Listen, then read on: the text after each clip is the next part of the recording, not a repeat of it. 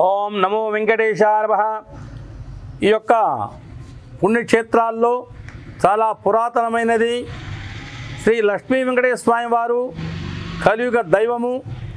ఈ దైవాన్ని స్మరించినంతనే ఆ స్వామివారు మన యొక్క ఆపదలను ఆపద ముక్కులు వాడని వడ్డీ కాసులు వాడని అనేక స్వామివారిని అనేక పదాలతో కూడా స్వామిని స్మరిస్తుంటాము.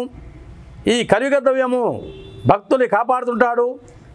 నమో వెంకటేశాయ నమః అంటూ స్వామివారి యొక్క గోవిందనామ స్మరణతో గోవింద అనే భక్తుల్ని కూడా చాలా కాపాడుతుంటాడు. ఆపదల్లోనూ కష్టాల్లోనూ కలియుగ దైవంగా విసినటువంటి శ్రీ వెంకటనాథుడు శ్రీ వెంకటాపతి నమః. కలియుగ దైవము శ్రీ వెంకటేశ్వర స్వామి దైవము. ఈ వెంకటేశ్వర స్వామి యొక్క ఓం శాంతాకారం భజకసేనం పద్మనాభం సురేశం విశ్వాకారం గగనదృశం మేఘవర్ణం శుభాంగం లక్ష్మీకాంతం కమలనయనం యోగి వృజ్ఞానగమ్యం వందే విష్ణుం భవభయహరం సర్వలోకైకనాథం. ఈ పురుషోత్తముడు చాలా శాంత పురుషుడు. తర్వాత మహిమలు కూడా వెల్లడించేవాడు. ఈయన మహిమలు కూడా చెప్పడానికి కూడా 1000 నాలుకలు కూడా సరిపోవు. తర్వాత శేష వాహనం పైన ఈయన ఉత్సవమూర్తిగా ఉంటూ భక్తుల కోరికలు కాపాడుతూ శ్రీ వెంకటనాథుడు 7 కొండల మీద వేసినటువంటి నారాయణాద్రి వెంకటాద్రి అనేక కొండల్లో కూడా ఒక్కొక్క కొండలలో ఒక మహత్యం స్వరూపిస్తూ పర్వతాల్లో కూడా మారుమోగినట్టుగా గోవిందనామ స్మరణతో కూడా మనల్ని కాపాడుతూ భక్తుల్ని కూడా కాపాడుతూ దుష్టులను శిక్షిస్తూ భక్తుల్ని రక్షిస్తూ ఈ కలియుగ దైవం కూడా మన వెంకటేశ్వర స్వామి కూడా చాలా కూడా వినరో భాగ్యము విష్ణు కథ అంటుంటాము. ఈ స్వామివారి యొక్క విష్ణువు పోషించేవాడు, సకల జీవరాశులను కూడా పోషించేవాడు విష్ణుమూర్తి. ఈ యొక్క విష్ణుమూర్తిని కూడా చాలా మనం ధ్యానం చేసినామంటే సర్వ పాప పరిహారం కూడా అవుతుంది. ఆ క్షేత్రాలు దర్శనం చేశామంటే ఆ క్షేత్ర మహత్యం కూడా ఉంటుంది. ఈ క్షేత్ర మహత్యంలో కూడా మనం చేసే తపస్సు అనుష్ఠానము తర్వాత భావగన్నామస్మరణ ఈ స్వర ఉచ్చరించామంటే చాలా పాప పరిహారం కూడా ఉంటుంది. మన ఆధ్యాత్మిక మార్గాన్ని కూడా మన సనాతన ధర్మాన్ని కూడా ఈ భగవన్నామస్మరణ చాలా ఉపయోగపడుతుంది. అనేక విధాలు కూడా అనేక కష్టాలతోటి నష్టాలతో కూడా మనం కూడా భగవన్నామస్మరణ చేస్తూ అనేక వ్యయప్రయాసాలతో కూడా ఈ క్షేత్రాలను కూడా దర్శిస్తుంటాము.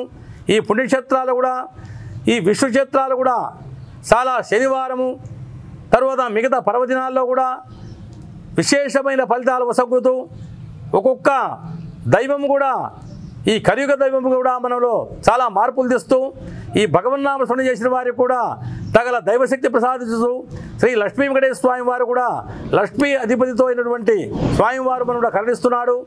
ఈ యొక్క మనము కళ్యాణ మండపాలలో స్వామివారికి తలనీలా సమర్పిస్తున్నాము. తరువాత అనేక శక్తులతో పాటు మనం కాపాడుకుంటున్నాము.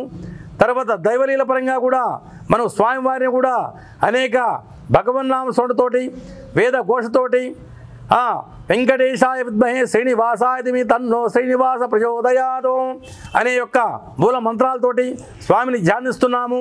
స్వామివారు కూడా అలంకార ప్రియుడు. అలంకార ప్రియుడు అంటే స్వామివారికి ఈశ్వరుడు అభిషేక ప్రియుడు. ఈ విష్ణు స్వరూపుడు అలంకార ప్రియుడు. ఈయనకు అలంకారం అంటే స్వామివారికి చాలా ఇష్టము.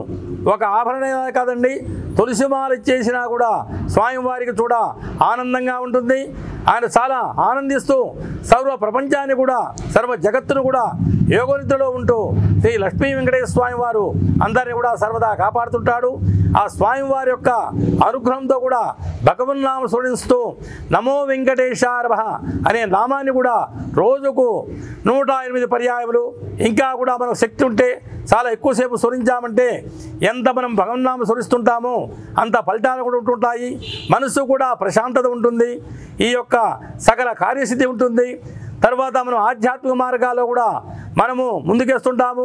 మనము ఒక అడుగేస్తే భగవంతుడు ఆధ్యాత్మిక రంగాల్లో 7 అడుగులు వేయిస్తారు అని అంటుంటారు. అది కూడా దైవశక్తి ఉంటుంది. ఈ శక్తి వల్ల కూడా మన మానవ జన్మ తరిస్తుంది. అన్ని జన్మల కంటే ఉత్తమమైన జన్మ మానవ జన్మ అంటారు.